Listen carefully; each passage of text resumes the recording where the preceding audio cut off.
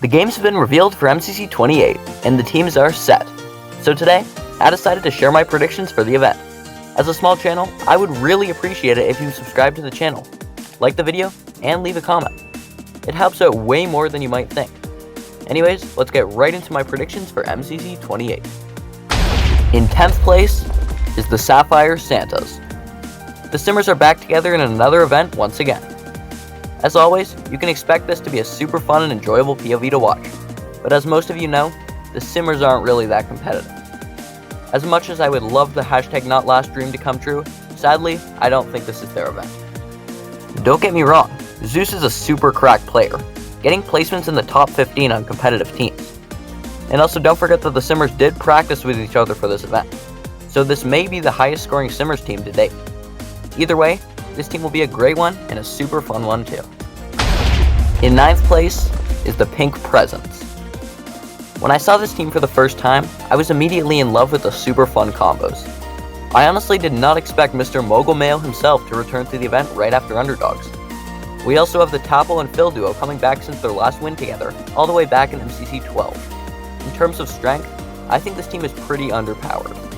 Phil has recently been popping off on teams that were weaker in skill, other than Violet 26 of course.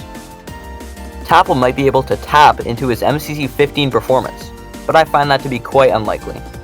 Ludwig seems to be coming back with a vengeance from MCC Underdogs, especially after being locked in during Sands of Time. And Sniff could potentially have a performance similar to MCC 21, depending on the circumstances. Overall, this team looks super fun, but in my opinion they won't get top half in the end. In 8th place is the Mint Mistletoes. Back at it again with another all non-male team, and I'm all in for it. I would just like to mention that I predicted 3 out of 4 of this team before the event, and I'm still super proud of that. This team is going to be a ton of fun, and could have the potential to pop off. Last event, Hannah did pop off, and I know that was Underdogs, so it was a lot less powerful of an event, but I could definitely see her tapping into that performance once again. Sylvie's a super cracked player, and I can totally see her getting top 10 sometime soon, but maybe not with a team like this. I could also see Shovel and Aimsey doing quite better than normal, depending on if this team does well. Overall, this team could do well, but I'm putting them in 8th due to the fact that I don't think Hannah can manage a top 10 this event, and the other 3 will likely underperform to their averages as well. I do really hope this team does well though, and I'm super excited to see how they perform. In 7th place is the Yellow Yetis. I'm honestly not really sure how this team will do, especially since we don't really know how good the newcomer H-Bomb 96 is.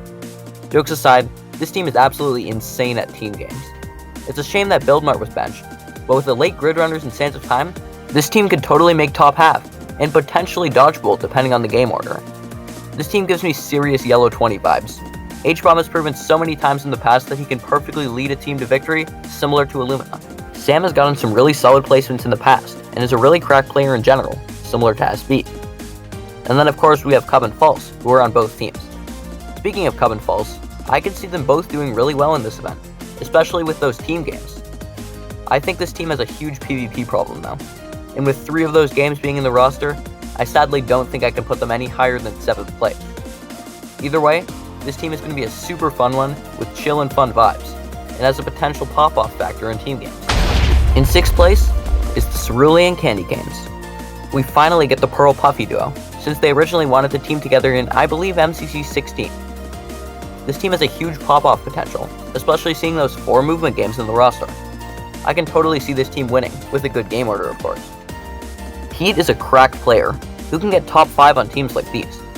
Martin, who is super underrated, can maybe get top 15 in this event. Pearl, who really showed that she is really skilled after MCC Underdogs, and Puffy, who is coming back for a potential pop-off compared to what she usually gets. Sadly, compared to the last 5 teams that I haven't mentioned yet, I don't think this team will be able to manage, but I really do hope they prove me wrong. In 5th place is the Purple Penguins. I would have never predicted Bad of all people to team with the extremely non-PG duo of Velvet and Ant, but I'm all in for it. This team is super fun, and has a really big pop-off potential as well. In my opinion, Ant is the closest A+ tier to S tier, and is an amazing team leader and grinder. I feel that so many people don't recognize Ponk for what he's done in MCC. He's a really cracked player, who I can see make the top 15 quite easily on a team like this. Bad went absolutely crazy in MCC 26, almost out-fragging Tubbo himself. If he can get a performance like that again, then he's set for a top 20 position. Velvet had a surprising performance in Underdogs, being put into a leader role. I think that he could do something like that again if he really wanted to. I can see this team popping off in PvP and movement games, and I could totally see them making dodgeball, but to find out, we'll have to wait for event day. In 4th place, the Red Reindeer. This team is a super big surprise for the first team announcement, but I absolutely love it. In terms of strength, this team is super cracked. JoJo is an absolute god, who showed that she can get first if she wants to. Ranboo's gotten some very solid placements in the past, and I could see those placements coming back with a potential pop-off coming in this event. Gem and Scar are both really skilled players in team games, which really balances this team's strengths. They don't really have a huge weakness, except for maybe PvP. I'm super excited for this team, and I can totally see them making dodgebolts as well. In 3rd place is the Emerald Elves. I can't believe the Illumina Tommy duo actually happened, and I'm so excited for it. Jack and G fit perfectly on this team as well, making this team a super chaotic but fun team. In terms of skill, this team is crazy.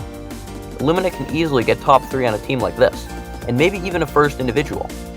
Tommy has had some really good placements on strong teams like this, getting top 10 quite easily. Jack is kind of weird in the fact that his placements seem basically random. He can go absolutely crazy in some events like MCC 21, and sometimes he doesn't do well at all, but those placements are usually based on weaker teams. G is really cracked, and she also grinds a ton, so I could see a top 30 performance out of her for sure. Overall, this team is my absolute favorite out of the event, and I'll be watching from Tommy's POV live, hoping for a winner's POV of course. In 2nd place is the Gingerbreadman. Scott really just wanted to get his 5th win to end off the season, didn't he? This team is crazy busted. Purple has proven that he's an unstoppable force, who can easily get a top 3 performance. Scott seems to underrate himself, and although he might have been underperforming in recent events, I can see him going back to his former self with another top 10 finish. Becky is a newcomer to this event, only playing in MCC Rising. During that event, she popped off, finishing in 12th individual. She grinds MCC Island all the time, and I think the hours of practice that she puts in will correlate to her placement in the event. I think she could potentially get top 20. Impulse popped off in MCC Underdogs, and I'm really glad to see him back in for a potential back-to-back win. He really did well, and I could see a performance like that again, with a potential top 25. Compared to the team that gets in first, I think this team does end up winning dodgeball. Overall, this team is crazy busted, but they only lose to one team in terms of points.